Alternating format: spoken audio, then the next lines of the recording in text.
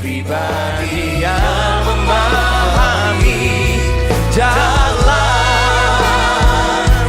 relung hati kau tahu kau mengasihiku. Ku percaya kuasa ajaib. Ku percaya kau sanggup menolongku. Ku serahkan seluruh kehidupanku sampai ku melihat mujizat nyata dalam hidupku.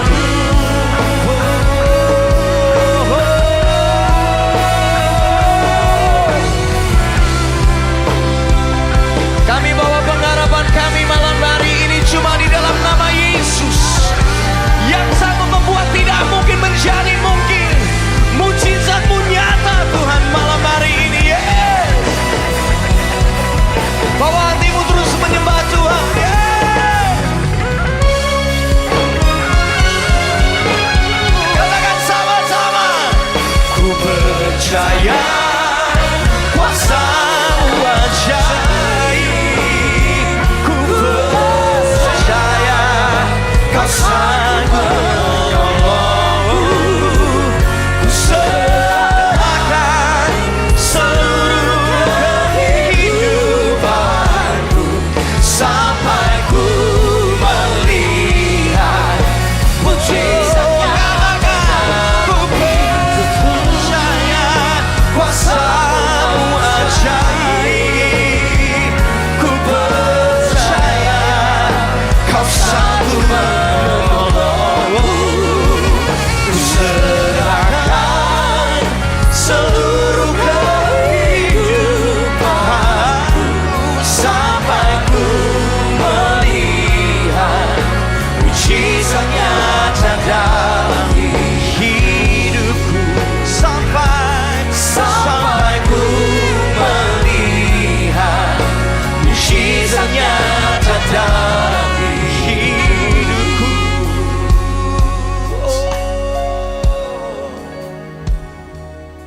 Sampai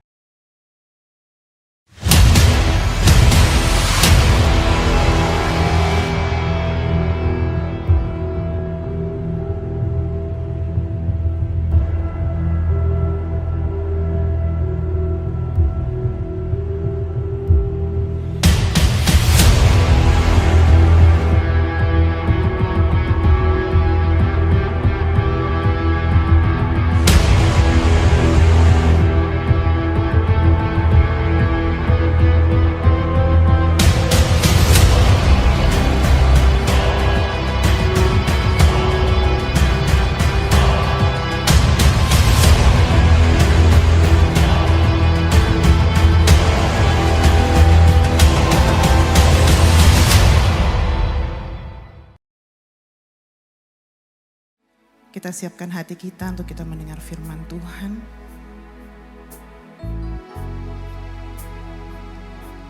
Mari kita buka hati kita saat ini untuk kita mendengar Tuhan berbicara bagi kita malam hari ini.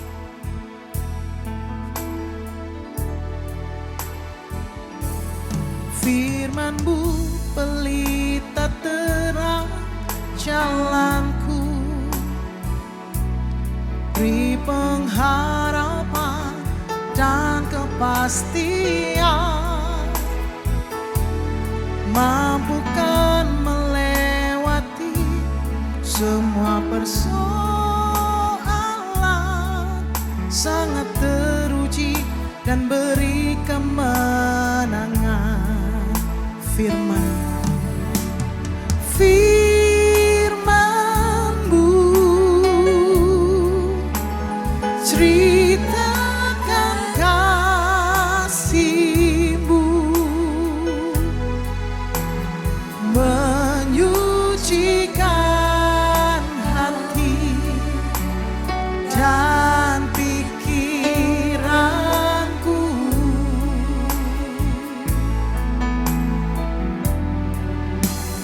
Menjadi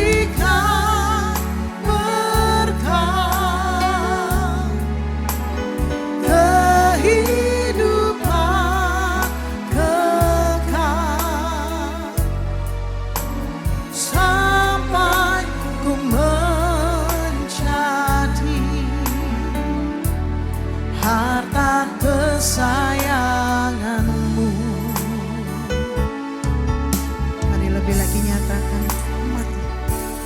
Firman-Mu pelita terang jalanku, beri pengharapan dan kepastian,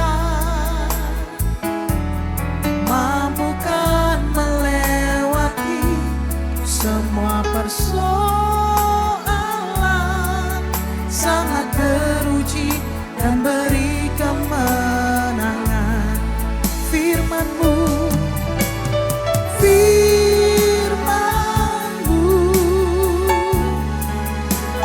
ceritakan kasih-Mu,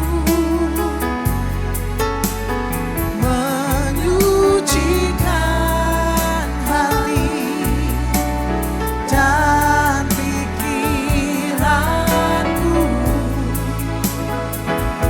Kami percaya menjadikan berkat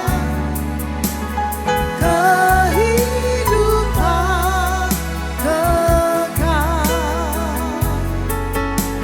sampai ku menjadi harta kesayangan-Mu. Nyatakan firman-Mu Tuhan, firman-Mu. Kita berdiri bersama-sama ladies yang dikasih Tuhan. Iya Yesus, menyucikan hati dan pikiranku. Kami percaya menjadikan berkat kehidupan kekal, sampai ku menjadi harta kesayangan-Mu, sampai ku menjadi, sampai ku menjadi harta kesayangan-Mu, sampai ku menjadi, sampai ku menjadi harta kesayangan-Mu. Bapak yang baik, Bapak yang kami kenal dalam nama Tuhan Yesus, terima kasih Tuhan untuk hari ini dimanapun kami berada.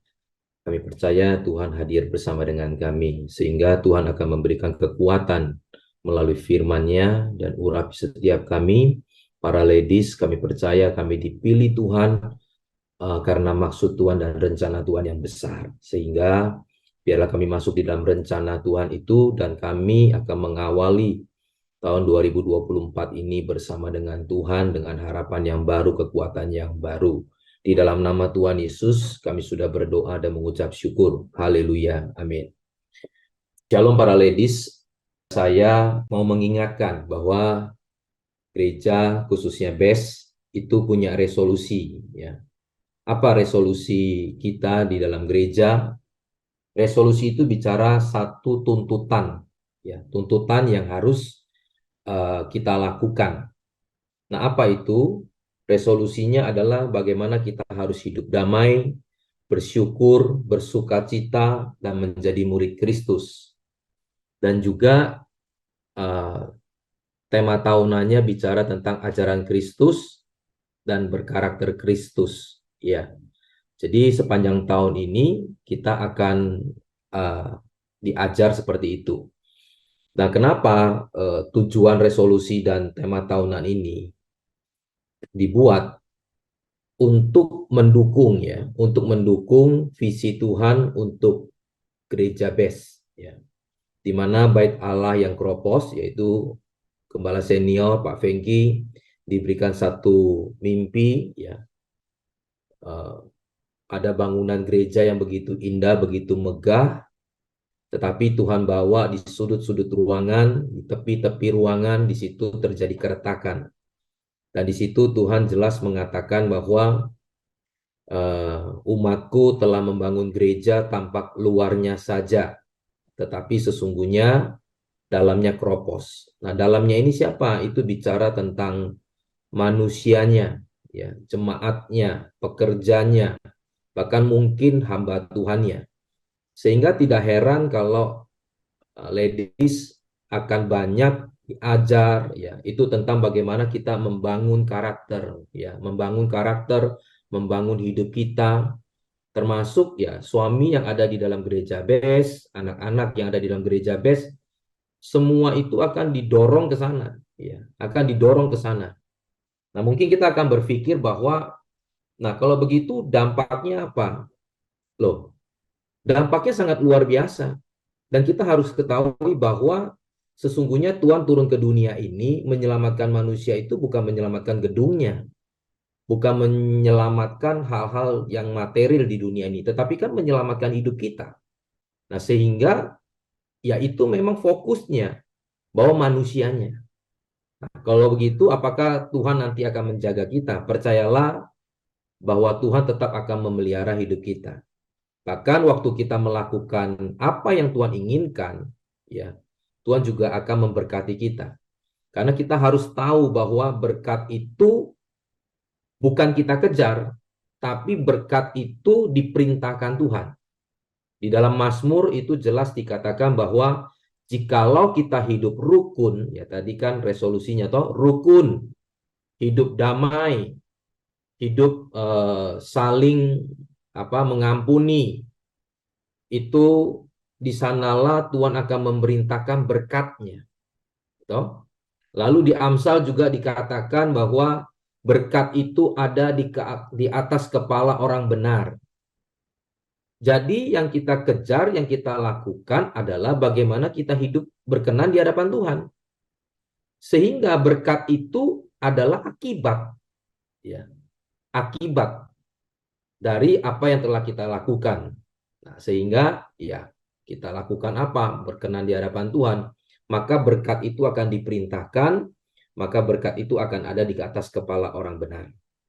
Saya pernah saksikan juga ya, seorang ibu dia punya seorang anak, ya sempat di tempat kita, lalu dia akhirnya bergereja di tempat lain, di situ banyak anak muda sekali, ya pelayanannya banyak, ya kelihatannya sibuk melayani, tetapi di sisi lain waktu di rumah dia melawan orang tua. Mamanya ngomong apa dia tidak mau dengar, dia katakan mama tahu apa, saya ini melayani Tuhan. Nah, mama taunya apa? Lalu mamanya kecewa. Dia berpikir kok melayani Tuhan tetapi tidak menghormati orang tua. Nah, jadi kita harus sadar bahwa karakter itu sangat penting. Pribadi seseorang itu sangat penting. Nah, oleh karena itu hari ini kita akan mengangkat satu tema, yaitu wanita yang berbudi luhur bagaikan mahkota. Kita akan masuk di tema ini di awal tahun ini bicara tentang wanita yang berbudi luhur bagaikan mahkota. Di dalam Amsal 12 ayat yang keempat kita lihat. Amsal 12 ayat yang keempat dikatakan, istri yang cakap adalah mahkota suaminya, tetapi yang membuat malu adalah seperti penyakit yang membusukkan tulang suaminya. Ya, kata istri di sini bukan berarti hanya bicara seorang istri. Di dalam terjemahan Inggris itu dikatakan woman, ya, a woman juga. Jadi wanita. Jadi bukan hanya seorang istri, tapi seorang wanita. Dimana kalau dia itu cakap, dia akan seperti adalah mahkota untuk suaminya. Tetapi sebaliknya, kalau dia membuat malu suaminya, ya kalau wanita yang belum punya suami, dia membuat malu keluarganya, membuat malu saudara-saudaranya, membuat malu orang sekitarnya. Itu sama seperti penyakit yang membusukkan tulang. Ya. Jadi hari-hari ini kalau kita misalkan ya seorang wanita, seorang ladies, kita mungkin bisa melakukan sesuatu tetapi itu sedang mempermalukan, entah itu suami kita atau keluarga kita, sebetulnya itu seperti penyakit di dalam tulang. Ya, kalau kita bicara tulang itu artinya sesuatu yang nggak kelihatan, ya, terbungkus oleh daging sama kulit kita nggak kelihatan tuh. Jadi kita jangan bangga, oh saya bisa lebih daripada suami mendominasi. Saya seorang anak, mungkin seorang wanita ya, kita karena ladies kita bicara wanita. Dia mungkin punya penghasilan lebih dari papanya. Mungkin dia yang membiayai keluarganya. Tapi akhirnya dia punya karakter nggak bagus, mempunyai sikap yang tidak baik, terus dia mempermalukan orang tuanya gitu. Atau dia mempermalukan suaminya. Jangan berpikir bahwa itu baik. Firman Tuhan jelas mengatakan bahwa itu seperti penyakit di dalam tulang. Ya, tulang itu sedang keropos gitu loh. Nah, tinggal tunggu waktu ya tubuh itu akhirnya penyakitnya muncul. Kalau saya boleh gambarkan tulang yang keropos itu seperti mobil ya. Mobil itu kalau kaki-kakinya keropos itu juga nggak kelihatan. Body-bodinya keropos kita nggak kelihatan.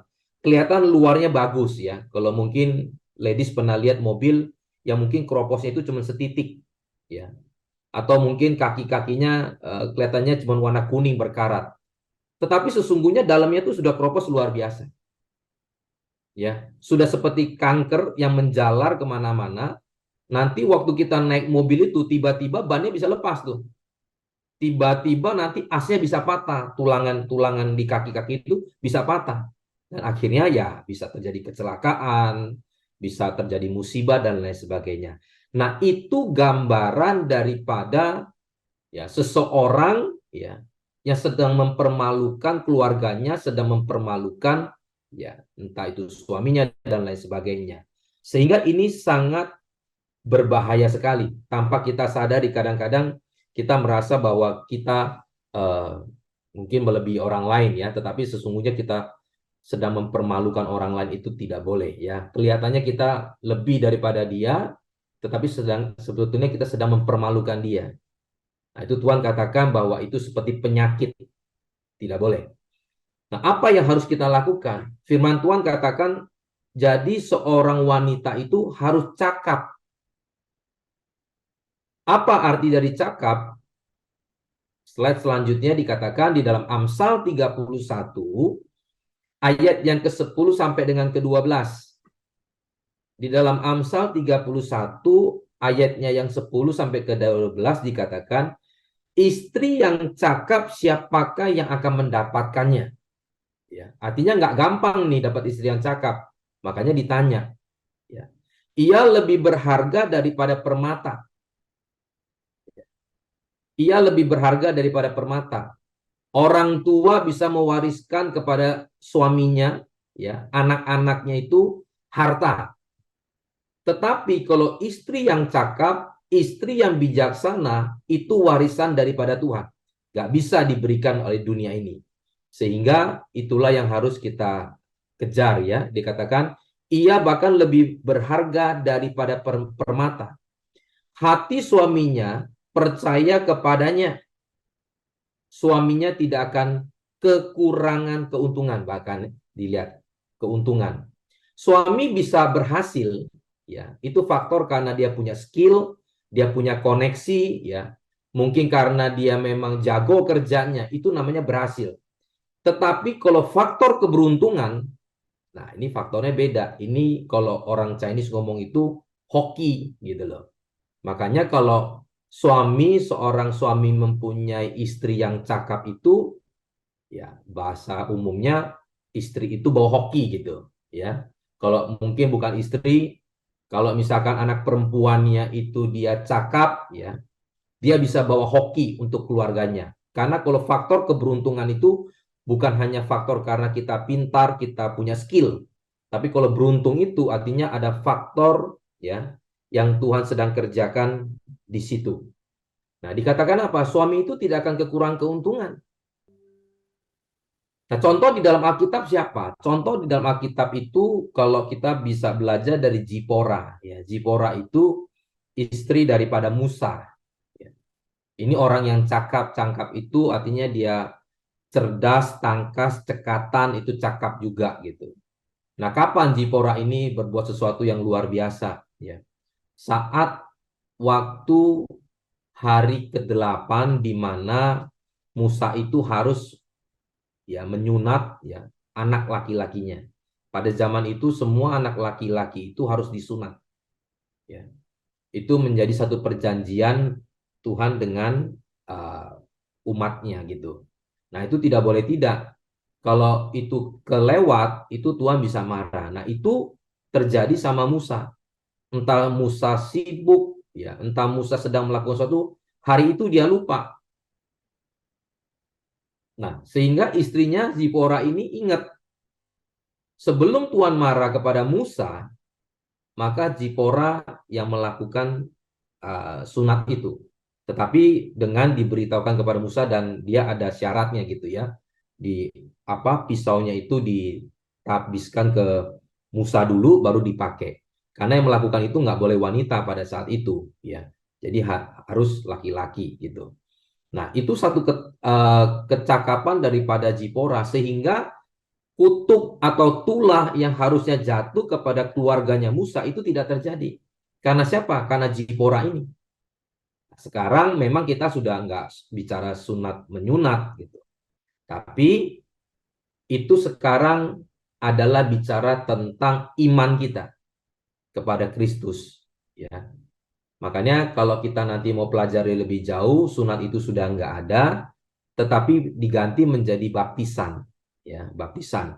Makanya kalau ladies lihat kenapa aliran seperti Katolik sama Protestan anak umur yang masih kecil, masih baby itu mereka bukan penyerahan anak, mereka dikatakan dibaptis gitu ya. Itu dasarnya dari sunat ini karena sunat itu umur 8. Sehingga anak-anak waktu kecil juga sudah dibaptis, bukan disunat tapi dibaptis. Nah, ini gambaran dari bentuk tanggung jawab orang tua bahwa anak-anak itu harus dibawa kepada Tuhan. Ya. Anak-anak harus dibawa kepada Tuhan sejak kecil. Kadang-kadang kita kecil nggak bawa ke Tuhan ya. Waktu dia sudah mulai ini kita baru bawa ke Tuhan. Nah, itu sudah terlambat.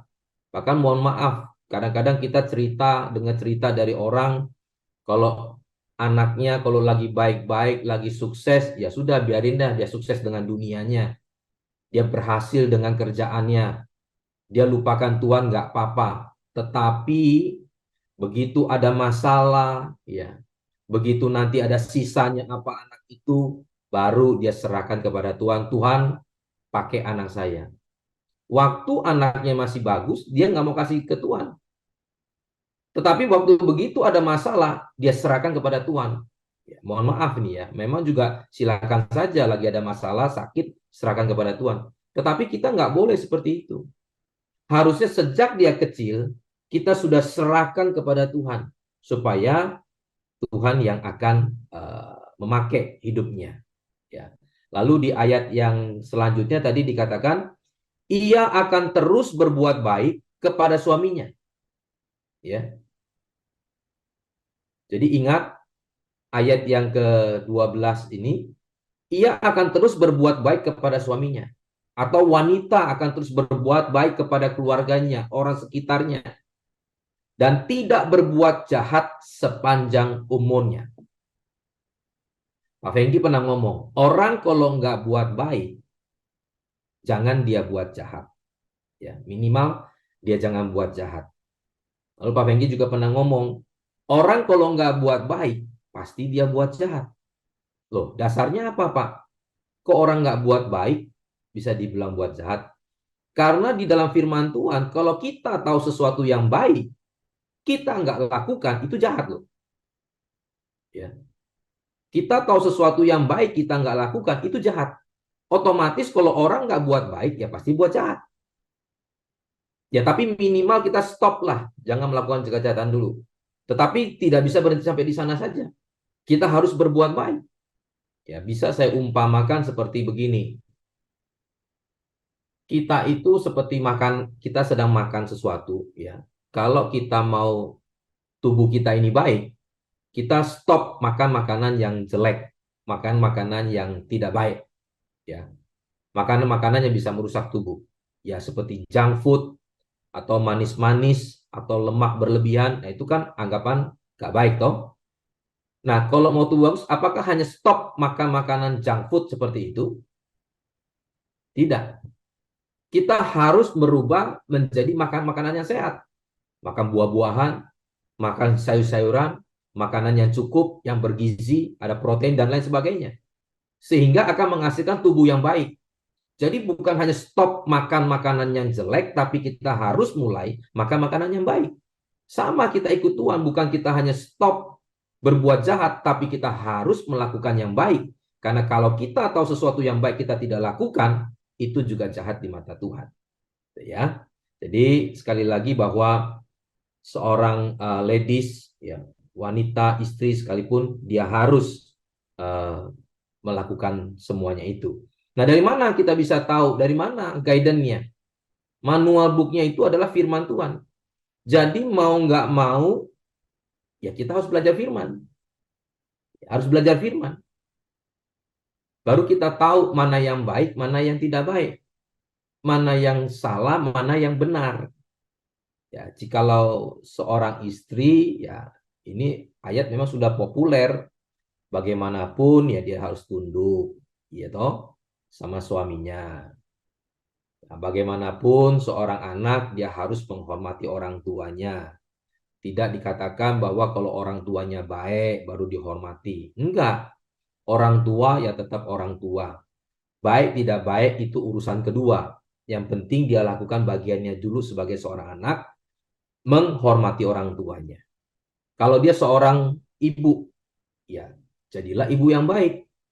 Jangan kita akhirnya menjadi ibu, ya kan ada istilahnya toh, apa tuh? Ibu tiri lebih kejam dari ibu kota, atau ibu kota lebih kejam dari ibu tiri. Jangan sampai akhirnya kita menyakiti hati anak-anak kita. Nah, kalau saya melihat kadang-kadang begini, kadang-kadang kita itu tidak mengambil bagian firman yang kita baca, tetapi kita mengambil firman orang lain untuk kita paksakan dia terapkan. Ya, contohnya kalau misalkan tadi seorang anak, hormatilah orang tuamu. Orang tua jangan menyakiti hati anak. Nah, kalau kita posisi anak, harusnya kita pegang ayat kita sebagai anak. Kita lakukan aja, hormati aja. Kita jangan pakai ayat orang tua untuk nyerang orang tua. Orang tua, jangan sakiti hati anakmu dong. Nah, ini kadang-kadang yang nggak matching nih. Orang tua pakai ayatnya anak untuk nyerang anak pakai ayatnya orang tua untuk nyerang orang tua. Atau kita istri pakai ayatnya suami untuk nyerang suami. Hai suami, kasihlah istrimu. Misalkan gitu ya. Lalu suami pakai ayat istri. Hai istri, tunduklah kepadaku. Padahal ayat firman Tuhan itu diberikan kepada masing-masing. Supaya kita lakukan masing-masing. Nah, kalau masing-masing melakukan firman Tuhan itu, saya percaya semua akan baik. Hidup akan rukun. Ya. Jadi jangan sampai kita kadang-kadang nih salah kaprah gitu loh. Firman Allah itu iya dan amin, dan pasti akan terjadi, dan Tuhan akan menepati janjinya. Tapi terkadang kita bukan memakai firman Tuhan untuk dilakukan, tapi kita pakai firman Tuhan untuk kita serang orang. Nah, ada satu kejadian ya, kalau nggak salah tadi pagi. Jadi mungkin kalau ladies tahu Pak Hengki ini juga istrinya tadi pagi kan jalan pagi ini. Ya, kemudian Pak Hengki lagi di Surabaya, jalan pagi juga sama istri saya gitu ya. Bu Erna sama nggak salah Ci Evelyn juga gitu. Nah, mereka jalan-jalan di belakang putar-putar. Saya kebetulan nggak ikut, ya. Saya nggak ikut, nah jangan tanya lagi ngapain. Nanti saya jawabnya pakai rohani aja, lagi doa gitu ya. Nah, tapi kan nggak boleh. Kalau nggak doa nggak boleh ya. Jadi pokoknya lagi ada urusan lah. Nah, pas pulang, wah kan kita ini kan ada toh di Samsung itu kan ada ya. Healthy apa gitu. Jadi targetnya satu hari itu jalan 6.000 kaki. 6.000 ya. Itu minimal 6.000. Jadi kurang lebih 5 sampai 6 kilo. Nah, jadi kalau pagi nggak tercapai, biasanya kita kejar di malam, pokoknya harus itu. Pak Fengki juga ngajarkan ke kita begitu, jadi kita ikut aja. Nah, jadi pagi itu dia sudah dapat 4.700 sekian, dia bilang. Saya sudah dapat nih, Pi, 4.700. Wih, luar biasa. Lalu saya cuma ngomong aja, saya bilang, ya kan bukan sehari, harus konsisten gitu loh. Ya kan, saya ngomong harus konsisten, jangan bangga sehari maksudnya gitu. Terus istri saya jawab, ngeles aja kayak bajai katanya. Ya, nah dia bilang ngeles aja kayak bajai. Dia berharap bahwa dia jalan itu, saya juga jalan kan, untuk saya. Nah, saya mengatakan supaya konsisten itu untuk dia, supaya dia terapkan. Nah, jadi di sini bisa ditangkap ya. Jadi satu bertujuan untuk memotivasi, satu juga tujuan bermotivasi. Nah, sekarang bagaimana kita mau menangkapnya? Ya harusnya waktu itu diberikan kepada kita, ya kita tangkap dengan baik.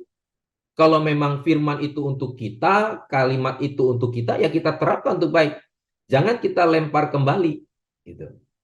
Nah, seringkali itu yang terjadi. Kenapa? Firman Tuhan itu nggak pernah salah.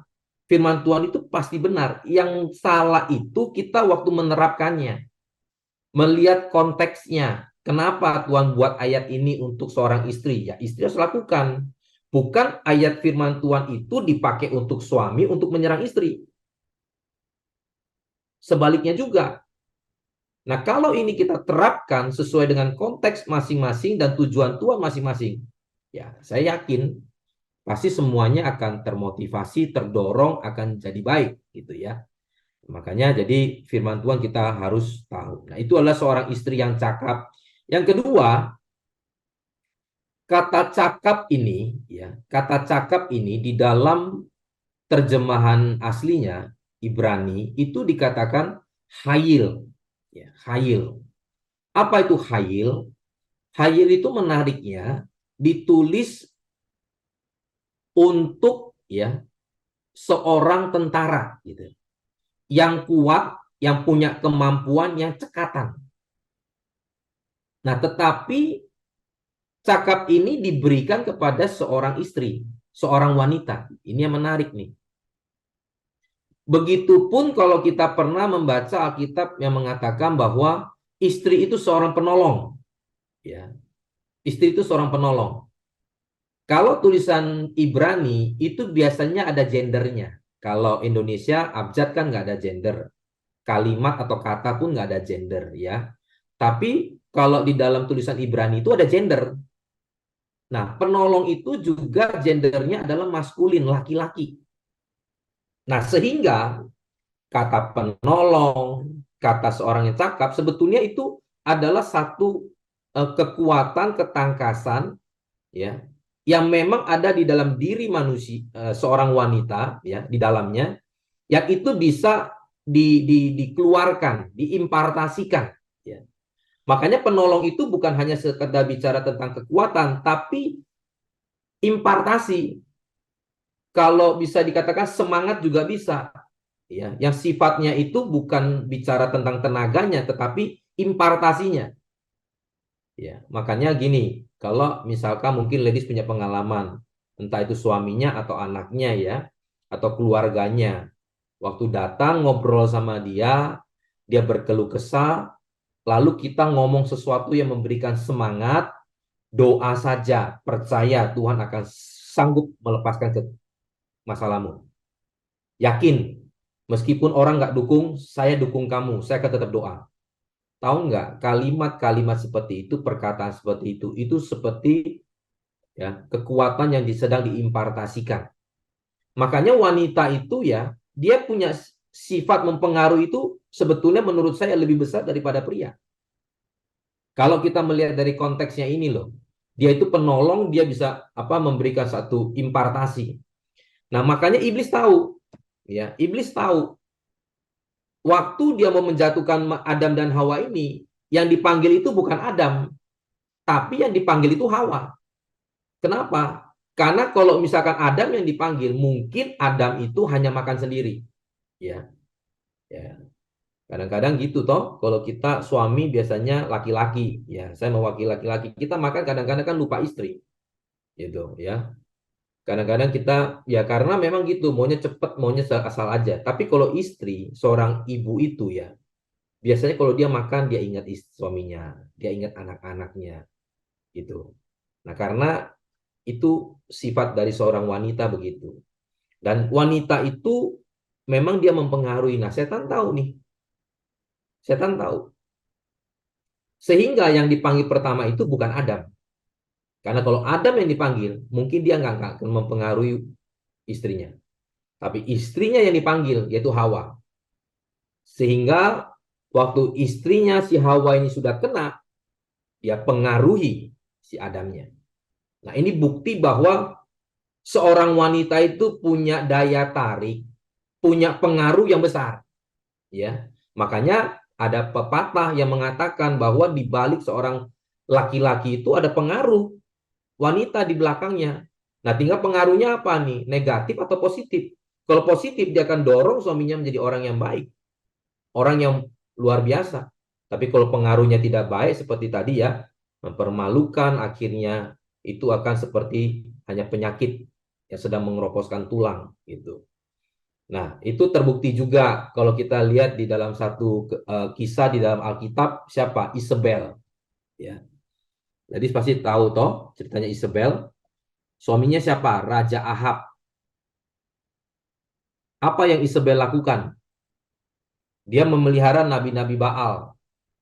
Lawannya sama Nabi Elia. Nah, begitu Nabi Baalnya kalah, dia pengaruhi Ahab untuk bunuh Nabi Elia itu. Waktu dia ingin Ahab juga kepingin tanah ya kebun daripada siapa? Nabot itu. Lalu dia tahu suaminya begini, langsung dia punya waktu itu dia memang istri daripada seorang raja ya, jadi dia punya pengaruh, langsung dia bunuh Nabot itu. Ya. Jadi pengaruh-pengaruh seperti ini ya, yang ada di dalam wanita itu, kekuatan di dalam wanita itu sangat bisa mempengaruhi, entah mempengaruhi suaminya, mempengaruhi orang sekitarnya. Siapa lagi contoh dalam Alkitab yang pengaruh negatif ini? Istri Potifar. Waktu apa yang dia inginkan dia nggak dapet, yaitu Yusuf, ya. Apa yang dia pengaruhi? Suaminya. Dia ngomong, ini loh orang Ibrani yang kamu bawa, dia mau goda dia. Lalu dia mulai fitnah, dia pakai kekuasaannya untuk mempengaruhi, dan akhirnya kita tahu Yusuf dimasukkan ke penjara. Nah, jadi wanita itu jangan dilihat lemah, ya. Dia bisa mempengaruhi. Simpson dipengaruhi juga. Akhirnya dia ngomong kekuatannya itu ya dari ini rambutnya. Tetapi firman Tuhan sekali lagi mengatakan, dan itu tidak bisa tidak. Apa yang kamu tabur akan kamu tuai. Kalau kamu sedang mempermalukan, itu seperti penyakit. Dan kita tahu hidup akhir dari Isabel. Dan akhirnya Elia menubuatkan toh, hamba Tuhan ini menubuatkan. Ya. Dan Tuhan memang ngomong sama Nabi Elia bahwa dia akan mati dimakan anjing jasadnya. Dan kita tahu akhirnya waktu pemerintahan itu berganti, ada satu raja itu menyuruh orang melempar dia dari atas jendela, dan waktu dia jatuh, darahnya kemana-mana, diinjak-injak oleh kuda, dan waktu mau dibereskan jasadnya, hanya sisa kepala dan kakinya dan tangannya. Tubuhnya hilang. Tubuhnya di mana? Itulah dimakan anjing. Nah, artinya apa di sini? Artinya apa yang Tuhan katakan itu iya dan amin. Kalau kita semua menjadi orang yang benar berkenan di hadapan Tuhan, istri yang cakap, maka janji Tuhan, apa yang Tuhan katakan itu akan tergenapi. Tetapi sekaligus kalau kita melanggar apa yang Tuhan katakan, ingat, waktu Tuhan mengatakan sesuatu yang berakibat buruk itu bukan Tuhan jahat. Justru Tuhan baik, Tuhan kasih rambu. Kalau kamu melakukan ini, akibatnya ini. Kalau kita melakukan pada akhirnya, nah itu akibat dari yang kita lakukan, bukan dari Tuhan. Justru Tuhan memberitahu akibat kalau kamu mempermalukan ini, akibatnya ini. Kalau kamu berbuat ini, akibatnya ini. Itu bukan berarti Tuhan jahat, Tuhan sudah beritahu. Ya. Nah, kalau kita tetap melakukan, ada akibatnya. Itu dari perbuatan kita sendiri. Nah, oleh karena itu, Tuhan mau kita menjadi ladies yang cakap. Lalu dikatakan di slide selanjutnya, ya, di dalam Amsal 12 ayat keempat tadi, di dalam terjemahan Inggrisnya boleh, a virtuous woman itu artinya wanita yang cakap, tetapi juga bisa ditafsir adalah wanita yang berbudi luhur, ya. Is a crown to her husband, but she that makes a shame is as rottenness in his bones, ya. Jadi virtuous woman itu adalah wanita yang berbudi luhur, ya, berbudi luhur.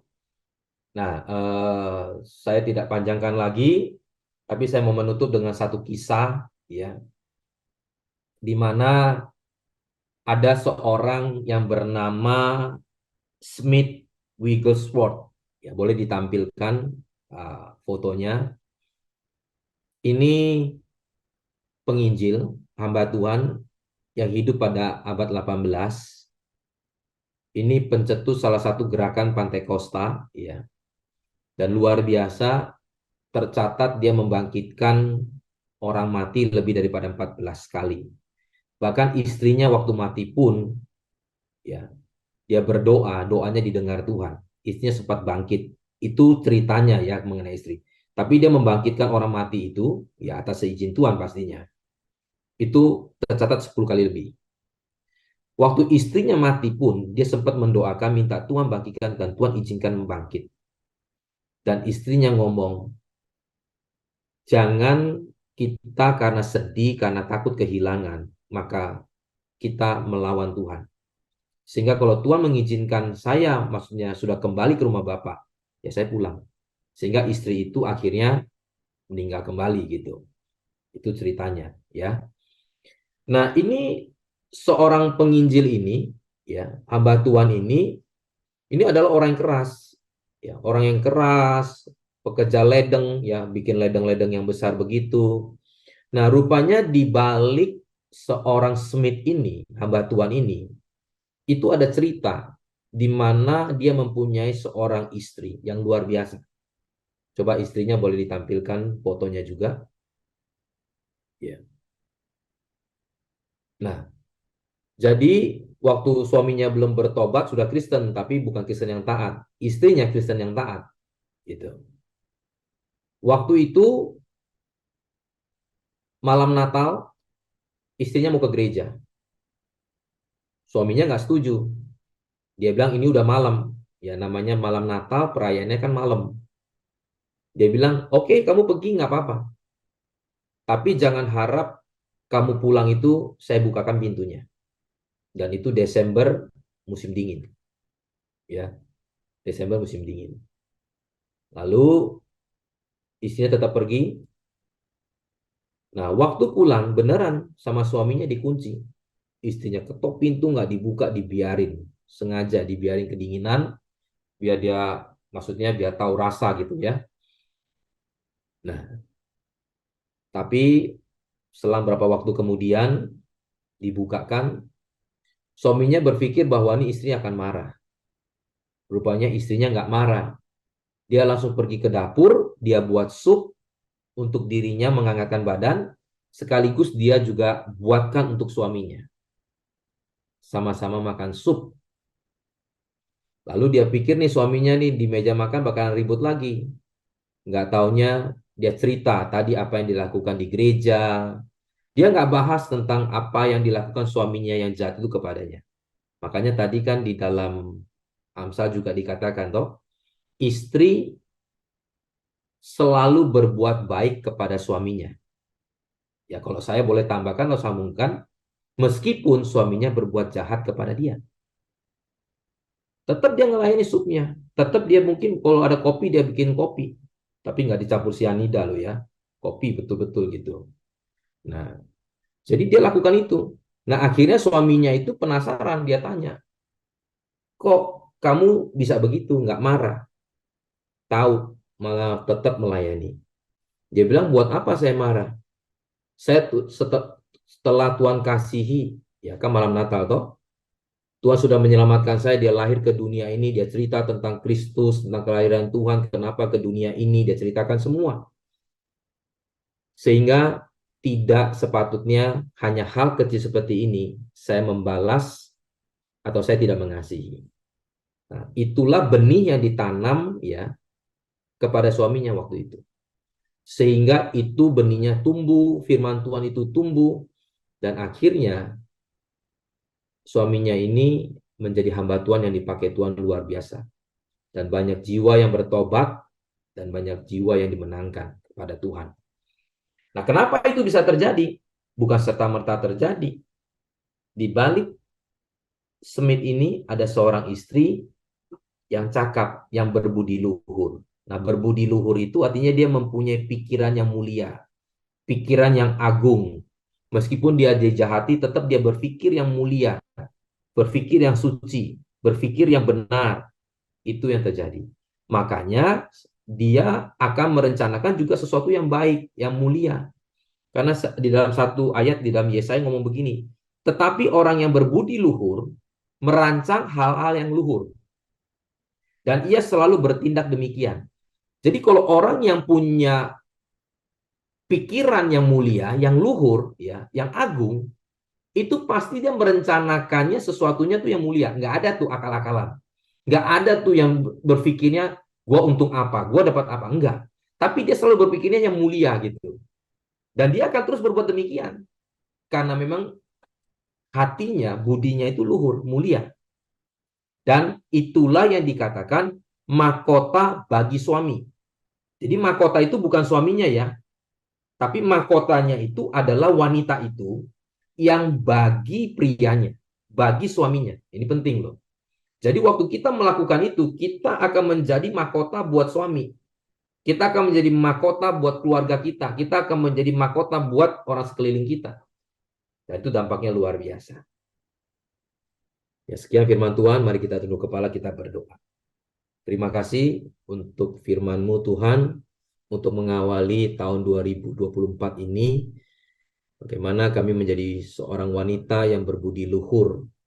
Dan firman Tuhan mengatakan bahwa itu akan seperti mahkota. Mari kita dekapkan kedua tangan di dada. Firman Tuhan katakan, jagalah hatimu dengan segala kewaspadaan, karena dari situlah terpancar kehidupan. Jadilah berkat dan terimalah berkat rahmat anugerah dari Bapa di surga, di dalam Putra Tunggalnya Yesus Kristus, dan di dalam persekutuan dengan Roh-Nya yang kudus, yang akan menyertai kita dari sekarang sampai selama-lamanya. Mari kita tutup dengan doa yang Yesus ajarkan, doa Bapa kami. Bapa kami yang di surga, dikuduskanlah namamu, datanglah kerajaan-Mu, jadilah kehendak-Mu di bumi seperti di surga. Berikanlah kami pada hari ini makanan kami yang secukupnya, dan ampunilah kami akan kesalahan kami, seperti kami juga mengampuni orang yang bersalah kepada kami. Dan janganlah membawa kami ke dalam pencobaan, tetapi lepaskanlah kami daripada yang jahat. Karena Engkaulah yang punya kerajaan dan kuasa dan kemuliaan sampai selama-lamanya. Amin. Tuhan Yesus memberkati. Shalom, ladies. Bagi yang mulia.